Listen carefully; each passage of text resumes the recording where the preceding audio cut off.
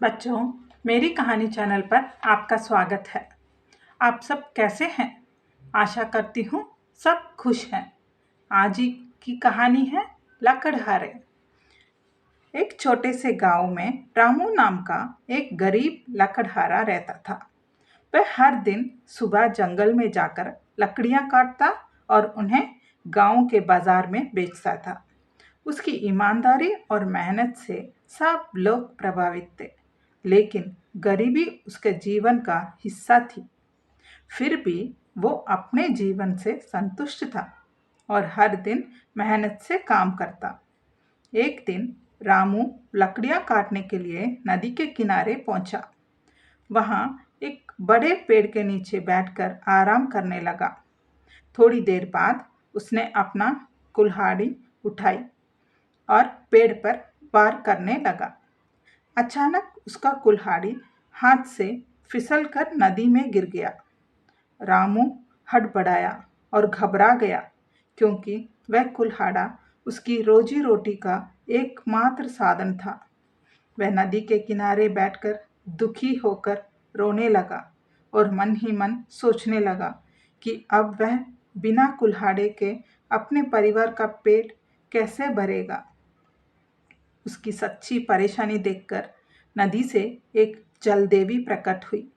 उसने रामू से पूछा, क्या हुआ बेटा, तुम इतने उदास क्यों हो? रामू ने पूरी बात देवी को बता दी।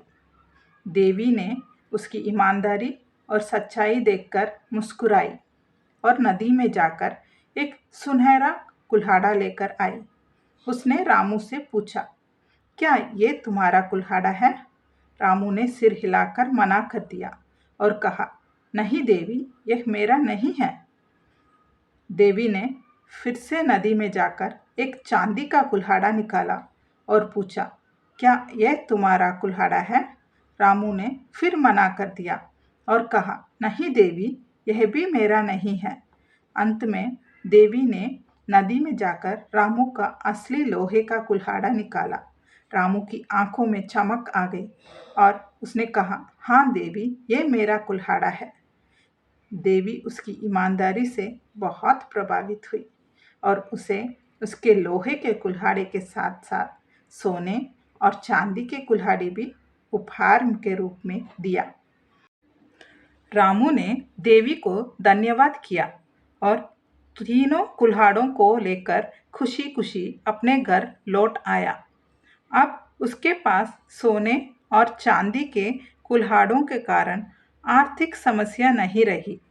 रामू ने उस संपत्ति का उपयोग अपने लिए और गांव के लोगों की भलाई के लिए किया। गांव के लोग उसकी सच्चाई और ईमानदारी की प्रशंसा करने लगे।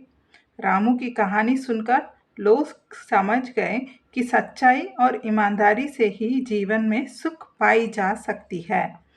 बच्चों, सच्चाई का रास्ता भले ही कठिन हो, परंतु अंत में उसका फल मीठा होता है। ठीक है बच्चों, अगली कहानी पर फिर मिलेंगे।